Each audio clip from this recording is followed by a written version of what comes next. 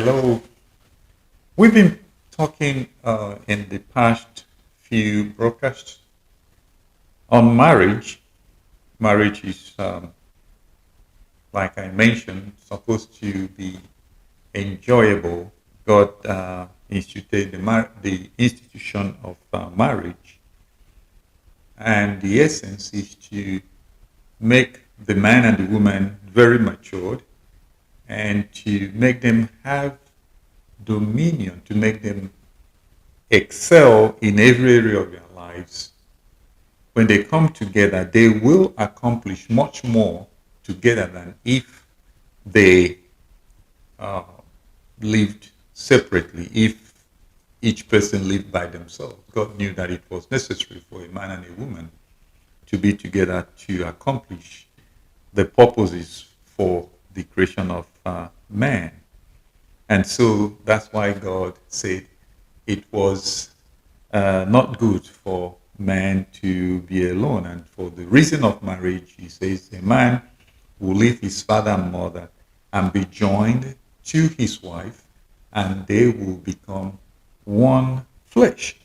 One of the challenges is whenever people meet and interact with each other, because we are fallible, because we don't have all that we are not all that we are supposed to be. We are no angels. We are humans. We are fallible. There is going to be conflict. There is going to be times where the husband is not happy with the wife, or the wife is not happy with the husband. And all these result because of miscommunication most of the time. I will tell my wife something that she misunderstands me. My intent may not be what she will understand, or I may say something that I'm not supposed to say, and she gets angry, or I may act in a way that is not expected, and she would not be happy. The same will occur for her. She may do things that I don't like, and I may become angry. So how do we deal with this? When I have a conflict in a workplace or in the church or anywhere outside the family, the person I'm dealing with does not live with me. So I can have that conflict and walk away. But when the person that you have conflict with lives with you, it's a different ball game. So it becomes very important that we resolve whatever issues we have with our spouses. We should not let them pile up. We should not let them continue to be there without being resolved, because it will end up in either divorce or separation. Therefore, whenever there is a misunderstanding or a conflict, it's important that we deal with them and resolve them amicably. God, who instituted marriage, does not want and does not support separation or divorce. Look at what he says in Malachi chapter 2, verse 16. He says, "For the Lord, the God of Israel, said that he hated putting away, for one covered violence with his garment, said the Lord of hosts. Therefore, take heed to your spirit that you deal not carelessly." He's saying God does not want any man, any woman who is married to have conflict to the point where they separate and eventually divorce. It's our aim in this broadcast to highlight things that we need to do when there is conflict, how to resolve them, and how to prevent them.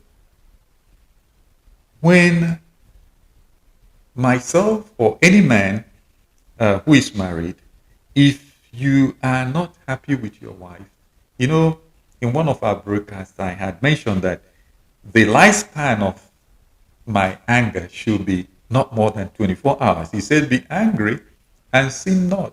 And don't bring the anger of today into tomorrow. And look at how when Jesus was talking to his disciples, he said, this is the way you should resolve any problem you have, whether with your spouse or any person. He says in Matthew chapter 18, verse 15, moreover, if thy brother shall trespass against thee, go and tell him his fault between thee and him alone. If he shall hear thee, thou hast gained thy brother. Then, husband, he says this, husbands, love your wives and be not bitter against them. I should not allow any difference or any conflict or any misunderstanding between my wife and myself to get to the point where I will be bitter against her.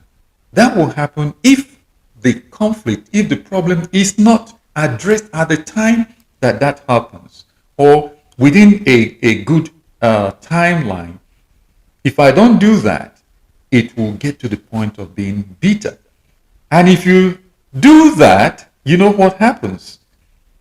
If I do not forgive, if I am bitter, the Bible says that God is not going to hear my prayers. So the same thing for the wife. We as spouses must live together without being bitter in any form or shape. He says, likewise, you husband, dwell with them according to knowledge, giving honor unto the wife as unto the weaker vessel, and as being heirs together of the grace of God, that your prayers be not hindered. Again, he says that I, as a husband, you, as a wife, problems will arise because the interaction of two human beings will always have miscommunication. So it's not will conflict come. It will. It's when it comes, what do we do? One thing I want to point out here is, in every time you're trying to reconcile with your spouse or resolve any conflict, it must be done with empathy. It must be done with understanding. It must be done with support. I know that when we're not happy with our spouses, you may be angry, you may say words that you're not supposed to say, but we have to we have to build the habit of when we are angry, we shouldn't say things that we will regret. Now, what are the areas? There are so many areas when you're living with someone that will bring conflict. It could be in your finances. You know, the husband and the wife, they are working. Both of them may have the same account or they may have different accounts. So what happens if the husband is supposed to be the leader in the house? And what happens when his wife earns more money than him? That will bring conflict. The wife may start thinking, so I'm bringing more money. So why should I still be subject to his leadership? Or the spouses may have problem with the goals in their expenses. Where and what should we spend money on? In one of my broadcasts, I had said that husbands need to understand that wives always spend more money than husbands. I don't know the last time I bought a shirt. I don't know the last time I bought a suit. But my wife buys clothes all the time. So this could be an area of conflict if the husband does not give a leeway to the wife to spend a little more than he wants her to spend. Or what about the savings?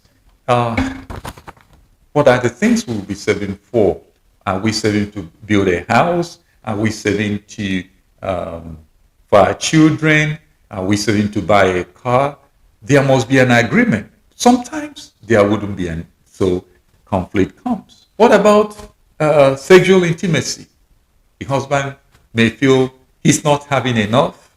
The wife may feel he's having too much. Again, this will bring conflict. How about relationships with the in-laws? How much does the wife depend on the parents to tell her what to do? How much does the husband depend on the siblings? Is there any intrusion from either of these parties? Again, that could bring conflict. How about the expectations from both spouses? The husband may have married his wife and expects anytime he comes home, he's going to have hot food, he's going to have everywhere clean, and he marries a woman who those things are not as important. It will bring conflict. How about if when they married, you're expecting to have children, a year passes, 2 years, 3 years, 4 years. The children are not there. You have friends who you go to their wedding, the next year they have a baby, you go to the dedication. Again, this could bring conflicts. What do you do when these conflicts arise? What do you do when your spouse talks to you the way he or she shouldn't? What should you do when the money is not spent the right way? Now, the first thing that we must do when there is a conflict is not to pretend that it's not there or you avoid the conflict. We should approach our spouse to discuss what is going on.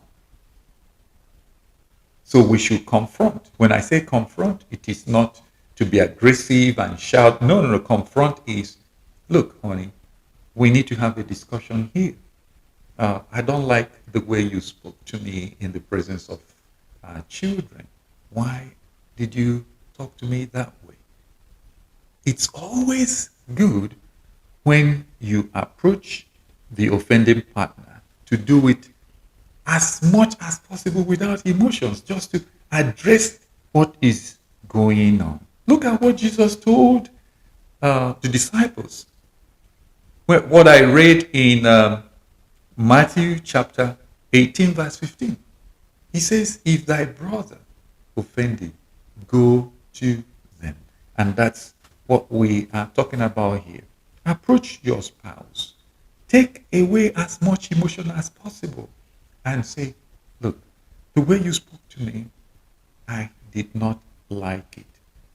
Don't you think you should have talked differently? And then you listen to what your partner will say. Discuss the problem. Don't ask it as a question.